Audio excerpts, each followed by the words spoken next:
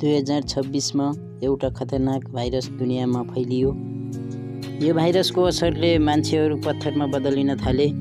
यो भाइरस निकै नै छिटो फैलन्थ्यो। भाइरस लागेको मान्छेको शरीर पत्थर बन्थ्यो र मान्छेको ज्यान पनि जाने गर्थ्यो।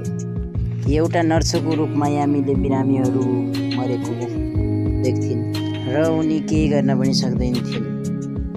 यामी कामबाट घर गइन् र उनले देखिन् उनकी छोरी नसामा थिइन्। उसको आमाले लगत्तै छोरीको लुगा खोलिन् नुहाउनको लागि।